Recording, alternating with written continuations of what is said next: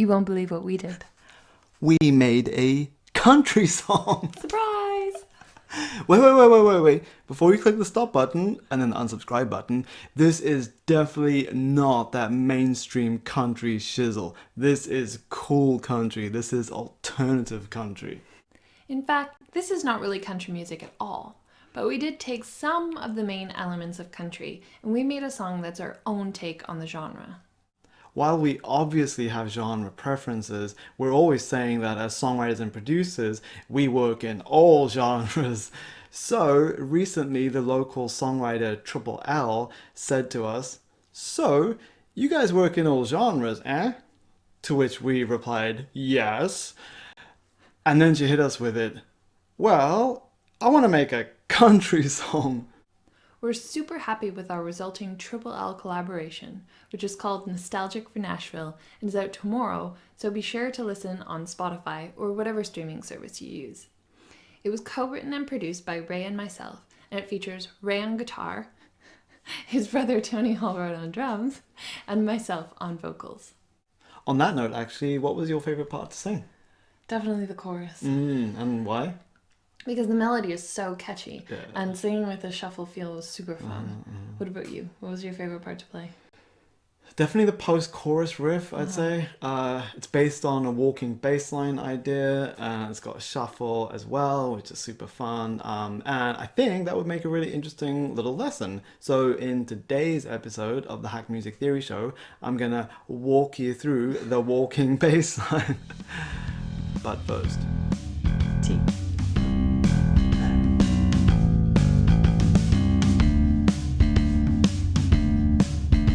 Alright, so just before we jump into our music theory hack for today, here's a sneak peek of the finished single. We'll bring you halfway through the first verse, then you'll hear the first chorus, and then you're going to hear that post-chorus riff with the walking bass line that we'll get stuck into right after this. Hope you dig.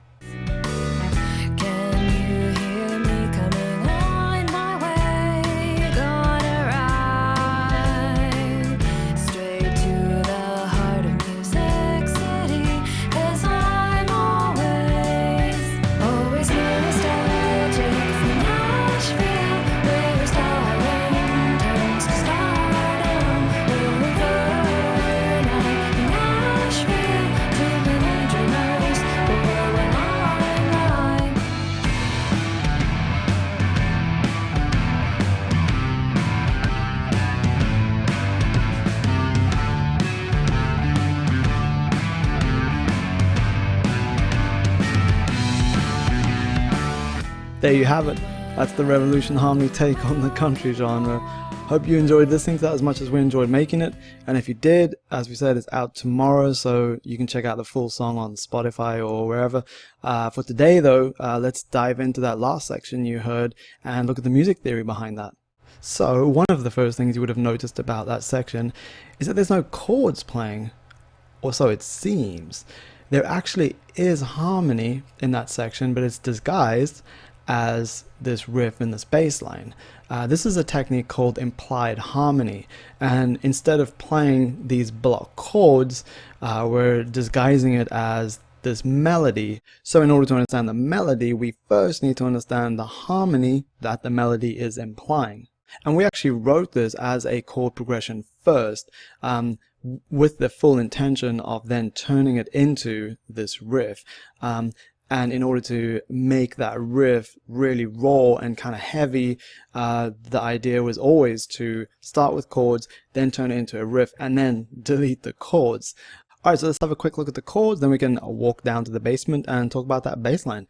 Let me get out of the way here. Alright, so we're in E minor, aka E Aeolian, and we're starting with the root triad, which is obviously E minor. We've got the E at the bottom here. And on that note, excuse the pun, you'll see that I've got one note in each chord highlighted. The note that is highlighted in each chord is actually that chord's root note. So you'll notice that the root notes are kind of all over the place. That's because this chord progression has already been tweaked to make all the chords flow smoothly into each other. And the way we do that is obviously by using common notes, which is just the same note in in 2 chords, and putting that common note in the same place within each chord as they change into each other. So for this first chord, you can see the E is at the bottom here in both the E minor chord and the C major chord. So if you want to find out about how to write chord progressions and how to make them sound really professional and super smooth by rearranging the notes, which is called inversions, if you want to find out about all of that, plus a whole bunch more, download my Hack Music Theory for Songwriting and Producing PDF. The link is below. Alright, back to business here. So we got E minor, then we got a C major over here with that C root note at the top. Then we're going to A minor, and the A, the root note's in the middle here. Then we're moving into D major with the root note at the top. And then we've got, what is that, G major, the root note at the bottom. And then finishing off with a B minor. With the B in the middle. And we're actually playing through the B minor chord twice, like in 2 different positions, just so we can get that that common note, the B, in the same place within the chord as it changes back around to the beginning, the E minor chord. So as I say though, this is kind of just the invisible chords that your ear will be picking up on, but they're not actually there in the final record. So right, let's have a listen to this.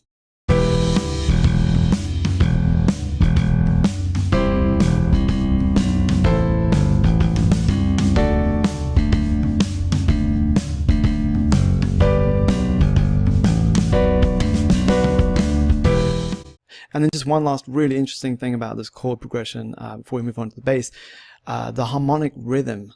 So the rhythm of the chords, in other words, how long we stay on each chord where it changes.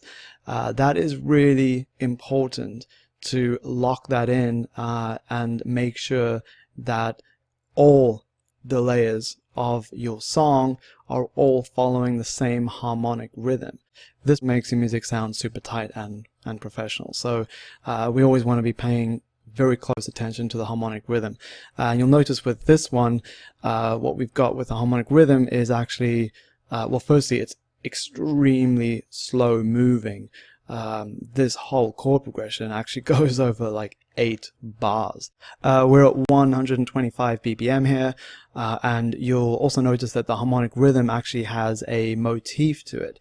And a motif, just a short musical idea that we can repeat, and it gives our music structure and makes it memorable. And you can see that we've got this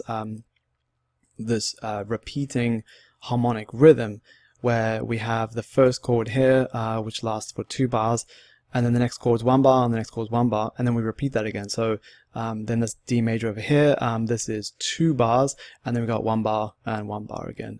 So the cycle of the harmonic rhythm is actually only 4 bars, because the harmonic rhythm repeats every 4 bars, but the chord progression repeats every 8 bars. So really cool little way to make this longer chord progression actually sound familiar, already like halfway through it. Alright, that's enough about the chords. Let's get into the low end now. Here we go, we're in the bass track, and you'll notice the muted notes underneath over here. So as always, this is a vital hack in ensuring that your melodies follow the harmonic rhythm of your chord progression. So all these muted notes are down here. It's just the root note of each chord. So we've got E, C, A, D, G, and B. And these muted root notes form the template upon which we're going to write our bass line.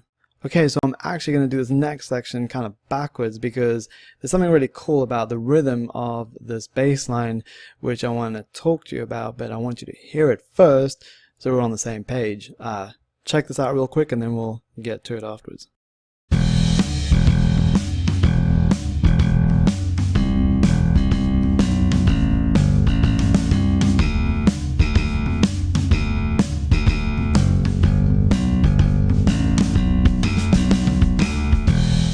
So this bass line has a real skip in its step, and you can hear that mirrored in the drum groove below as well.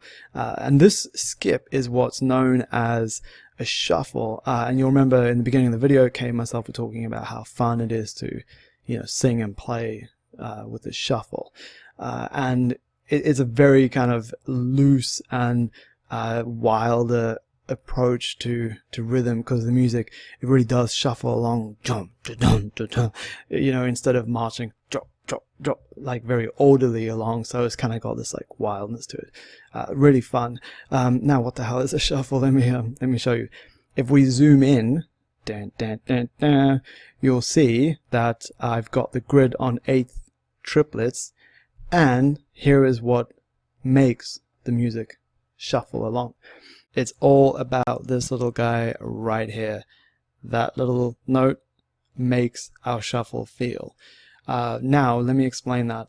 We take every quarter note and we divide it equally by 3, and this is what gives us 8th note triplets. And then what we want to do is accent the third of those 8th note triplets into the first of the next group, and that's what gives us this dun dun dun dun dun dun dun dun dun dun. That's that classic shuffle feel. And you don't have to accent every single one. You can see over here we've got this little shuffle guy there, this little shuffle guy there. So and over there as well. It's like, so we're just kind of doing it every second time. You can do it whenever you want. You can do it every time if you want. It can get a little bit, too much of a good thing. As I'm always saying, it's the too much chocolate thing. It is a super tasty hack to use, that little shuffle note, and therefore it's very easy to overuse it. So go forth sparingly. And actually, I'll highlight all the little shuffle notes through this whole thing, so you can see it's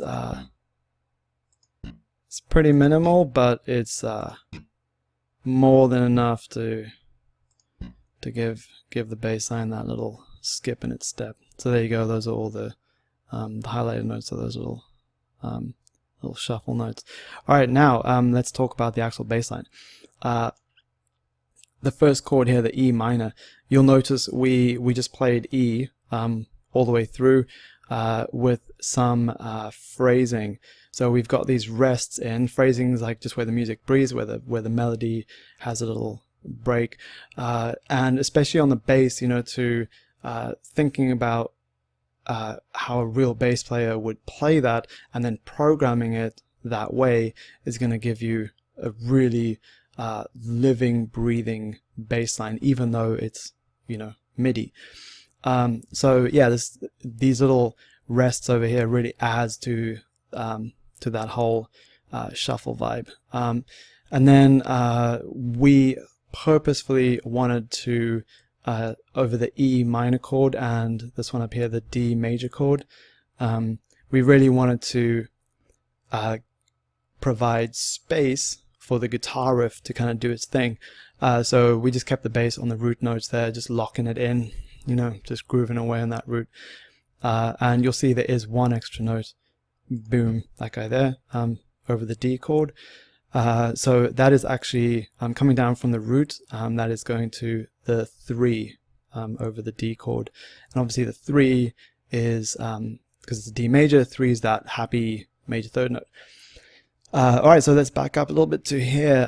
Now what you can see is we've got this really cool motif where we lock it in for these 2 bars over here, and then same again here, and then in between here, so I'm going to highlight this one and this one here.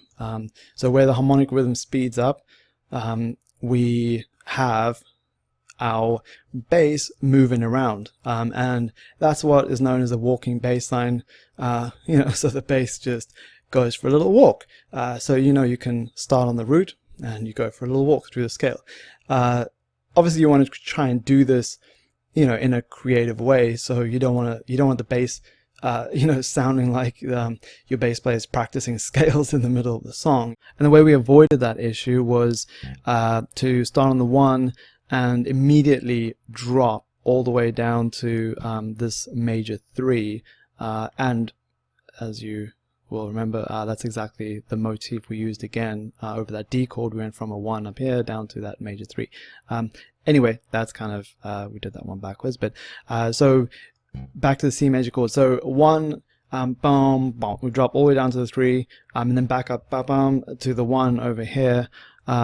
So immediately opening up the range of this melody over the C major. And then from the 1 we go to a 7, and this is where it's pretty cool. If you look at the melody like this, it looks like it's just kind of walking down through the scale, but what happens is the chord changes from C major to A minor, which is really cool because you're going from not only a major to a minor, but it's also allowing us to actually continue this walking bass line down through the scale. But as soon as we get to this A over here, because the chord has changed, it no longer sounds like we're just going through the scale, because it has a different context now. And obviously that A is the new root for A minor. And then things get funky with the 1 down to the flat 7, back to the 1, and then up to the flat 3. And if you've watched some of our bass videos, you probably heard me talking about the funky trio of notes. That is exactly this right here. So most funk bass lines are written with the 1, the flat 7, and the flat 3 as the kind of core of the melody. Okay, and then we're on to the D major, and we've already covered that one. So we've got bass just grooving on that root, and then down to the happy major 3. And this is really cool right here. We get a semitone movement, semitone up in the bass from the F sharp to the G. And remember, semitones are obviously more rare than whole tones, which are 2 semitones, because we get less semitones than tones in all our scales and modes. So anytime you can get a semitone into a melody, it's always a really nice melodic movement. So now we're over the G major, and we're starting it with the 1 again, and you'll notice that every single chord here, over every single chord, the bass line is starting with the root. So we've got the E over the E, we've got the C over the C, we've got the A over the A, we've got the D over the D, we've got the G over the G, and unsurprisingly, we've got the B over the B at the end there. So the reason we're doing this is because we wanted the bass to lock things in and provide a super fat, solid, funky foundation for that guitar riff on top. So sometimes, you know, if you start the bass line on a different note over a chord, you know, it can be amazing, obviously, in a different context. In this context, we wanted to anchor the bass line into each chord as soon as the bass line, as soon as the chord changed. So yeah, that's why we did that. Definitely wouldn't do this, you know, for other bass lines, because in a different context, it could actually sound boring. In this context, it sounds thrilling. So you know, always doing what the song wants. You know, we work for the song. Okay, so we got a G over here, which is the 1, and then we're shooting up to, well, not really shooting up, it's only going up to the 3, but shooting up makes that more dramatic. So we're going from the 1 up to the major 3, so we've got the happy 5 again, back down to the 1, and this is that motif that just keeps coming up everywhere through this bass line. You know, you can see it over here.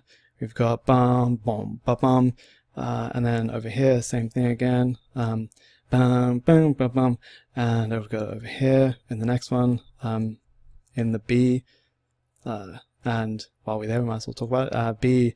So we've got the 1 up to the flat 3, and then down to the 1 again. And then you'll see this note here is just a little passing note between the G, which is the 1. So we're going 1, 2, and then up to the B, which is obviously the 1 of the new chord because the chords just changed and it's B minor. And then you can see here, we just alternate between the 1 and the flat 3, back to the 1, up to the flat 3. And always remember to check your last note back around to the first note. So we're finishing on a D over there and starting on an E. So that's a nice strong minor 7th melodic movement. And the bass line ends really high and boom, back down to the beginning. So we've got a really nice range in this bass line, with the D up here being like the climax, and then kind of a little mini climax again at the end, and before it drops all the way down to that low E. And on a bass guitar, that would be like the lowest open string. So there you go. That's our walking shuffly bass line. I hope you like it, and yeah, let's have one more listen, and that's that for today.